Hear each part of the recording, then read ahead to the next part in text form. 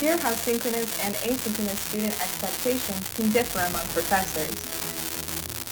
With cases of coronavirus still on the rise, the Cal Poly Health Center offers fast-track testing for students. Though Cal Poly sports are canceled, club sports on campus remain virtually active and optimistic for future seasons. Broadcasting from Swanson Studios, you're watching Mustang News. Good morning and welcome to your Thursday news update. I'm Grace Pickering. And I'm Blas Alvarado. With COVID not going away anytime soon, I decided to head to campus and see what it's like to get tested. As COVID-19 continues to spread in San Luis Obispo, Cal Poly is encouraging students to go get tested. To set up an appointment, you can go to Campus Health and Wellbeing's website and visit their health services page. Then follow the prompts related to you. With the university conducting over 1,000 COVID tests in one day, I made an appointment and went to campus to investigate how testing is done. As I walked up towards the health center, I was greeted by a nurse outside who took my temperature and directed me through the building and to the back. Afterwards, I was guided to a nose blowing station where I was asked to blow my nose and then to apply hand sanitizer. Then I was ready for the test and was guided to a private stall where a nurse detailed how I was to perform the self-assessment. I'm going to want you to go in about a inch. You'll be going in on both sides of your nose, okay? You'll be going at an angle like this, more of a horizontal angle, okay? You'll go in and you really want to twist and swab to get a really good sample, okay? Okay. Alright, so you'll be doing about 5 to 10 seconds on each side, and let's count that off for you. Go ahead and lower your mask, touch your nose only, and go ahead and take the swab, and insert it. The health center receives results within 24 hours. If you are negative, you will be notified on your health portal. If you test positive, you will receive 2 calls, one from the health center and the other from public health, who will take over on your care. Grace Pickering for MNTV. This quarter, Cal Poly's Mechanical Engineering Department is facing a shortage of student TAs due to budget cuts. The cuts have limited the number of hours that TAs can work to 3 hours per week, causing professors to assign homework in a quiz format that Canvas grades automatically, resulting in a lack of feedback for students. Because we're doing this quiz format for submitting our homework, it's really affecting just the way we learn, because normally we turn in our homework and then we can kind of get feedback and figure out what we know and what we don't know. And the fact that it's an asynchronous class makes it even harder to sort of make that distinction between what we know and maybe what we're still confused about. So overall, it's pretty frustrating just for the students. Students now attend office hours to get much needed feedback from professors, and some professors are attempting to collaborate to find a solution to the grading issue. Coming up after the break, hear the latest on weather and this week's 5-day forecast with reporter Nikki Dubry.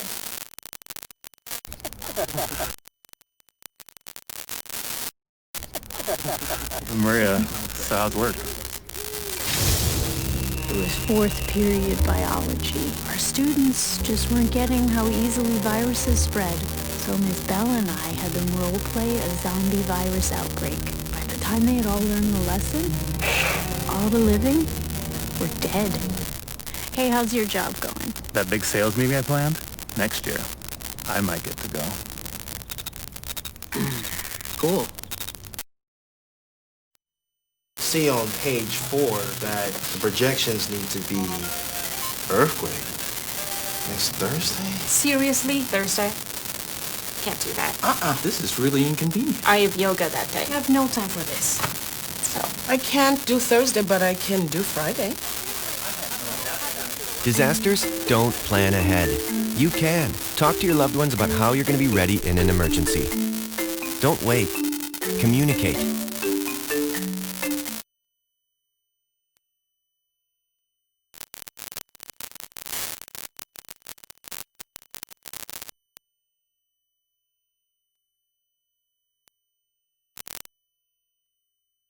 For today's weather, Thursday, October 15th, there's going to be a high of 93 in San Luis Obispo and a low of 63. 10% chance for precipitation, 23% humidity, and 1 mile per hour winds in San Luis Obispo. Now let's take a look at the beaches. We have a high of 84 along Avila, Pismo, and Oceana with a low of 55 up north in Cayucas. And in North County, we have a high of 99 in Paso Robles and inland in Creston, 97. The heat is very high this week, and there's only a low of 52 in Paso. For South County and extended, there's going to be a high of 95 in Orca and a low of 59 over there. Back up north to Arroyo Grande, there's going to be a high of 84 and a low of 57. For your 5-day forecast, Friday today is 98 and hot. Saturday and Sunday, it's cooling down during this weekend, giving the people of San Luis Obispo a little bit of relaxation from the heat. And that is our weather for today. Now we're going to take it over to sports with KJ Miller. Club sports are a large part of our culture here at Cal Poly. This week, Cal Poly Water Ski President PJ Rollins has a positive attitude and a high team spirit despite club sports being shut down this fall quarter. Club sports is a large part of the campus life here at Cal Poly. The Cal Poly Water Ski Team Division II national champions are bummed to be off the water but remain optimistic about the team and their future as a club on campus. I'm PJ Rollins, president of the Cal Poly Water Skiing Team. Even though our season's been canceled, our members have been busy cross-training by surfing, mountain biking, and running. We've been doing our best to recruit new members with virtual meetings via Zoom and hosting fun contest competitions to see who can have the funkiest virtual background and costume. Hi, my name is Hannah Casper. I'm a senior on the Cal Poly Water Ski Team, and joining the water ski team my freshman year was the best decision I ever made. Even though we aren't competing this fall, we are still trying our best to fundraise and are hosting a food fundraiser at Taqueria Santa Cruz Express on Foothill this Friday. If you find us on Instagram at CP Waterski, you can find a picture to show to the cash register upon checkout, where proceeds will benefit the club. We look forward to seeing you guys back out on the water as soon as possible. For the most part, club sports at Cal Poly are self-funded. I hope the recent circumstances and canceled seasons don't keep the clubs on campus from fundraising and actively seeking new members to join. For Mustang News, I'm KJ Miller.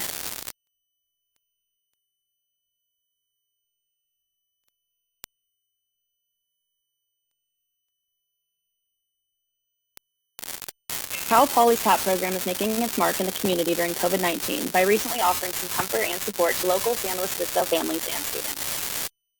What started in 1992 as a senior project is now a fully operational no-kill cat shelter. They take on various cats from near and far communities, and since COVID-19, those numbers have spiked.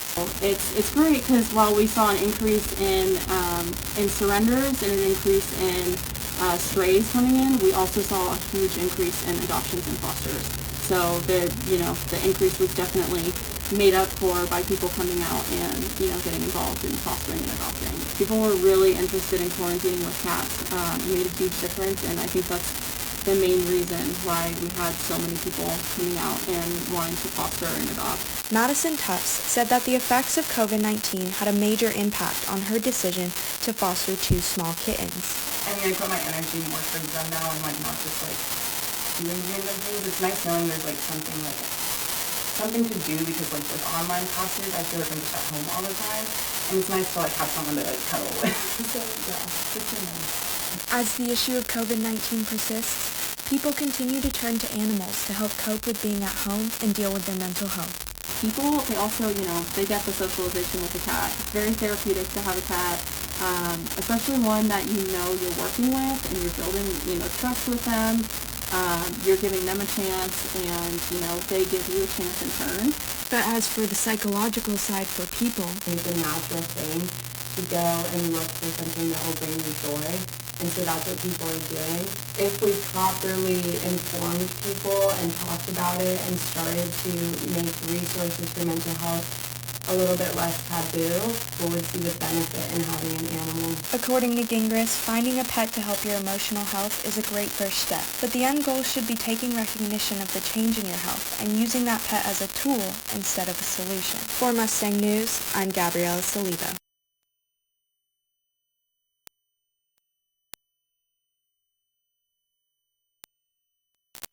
Coming up after the break, find out how students are doing without the Kennedy Library as a place to go and study. Questions about the coronavirus? I'm here to share some simple steps you can take to help protect yourself and others. Avoid touching your eyes, nose, and mouth. Wash your hands often with soap and water for 20 plus seconds. Cover your cough or sneeze with a tissue. Clean and disinfect surfaces and objects. Wash hands after touching commonly used items. Together, we can help slow the spread.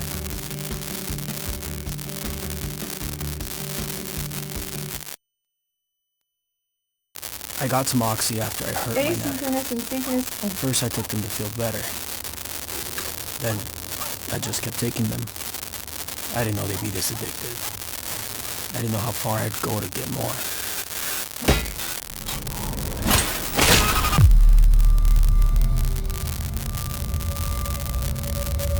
Opioid dependence can happen after just 5 days. Know the truth, spread the truth. Asynchronous and synchronous classes seem to be making their mark on professor expectations, but there seems to be a difference between them. Ever since the Cal Poly campus went virtual, professors have had the decision between two online formats they wish to teach their classes in, synchronous and asynchronous. While all of us are getting used to online learning at Cal Poly, expectations differ between professor to professor, as well as asynchronous to synchronous formats. Dr. Ryan Hatch tried an asynchronous format over the summer and found himself going easier on his students. This is a very difficult time to be alive, and I am not interested in expecting my students to pretend like it's business as usual. So I'm not performing at 100% capacity in my own work, and I don't see why I would expect my students to. While Dr. Hatch shares the same expectation as other professors, some professors who teach synchronous classes can't stand the bare minimum, that is, turning off the camera while attending a Zoom meeting. So here I am looking at my screen and I see squares, and it's much better to look at squares with faces, and instead of black squares with a name. If it's a black square with a name on it, I have no connection with that person. Professor Lorraine Donegan highly suggests her students to turn on the cameras during her labs and lectures so that she can have a more interactive course. Donegan says that her expectations have remained the same in her project-based class, but admits that the virtual format is getting to her. The whole idea of online classes and getting them done online sounded great before we had to do it. And so I do have empathy for the students, but I just ask that they foray into, keep me entertained here. For MNTV, I'm Blas Alvarado.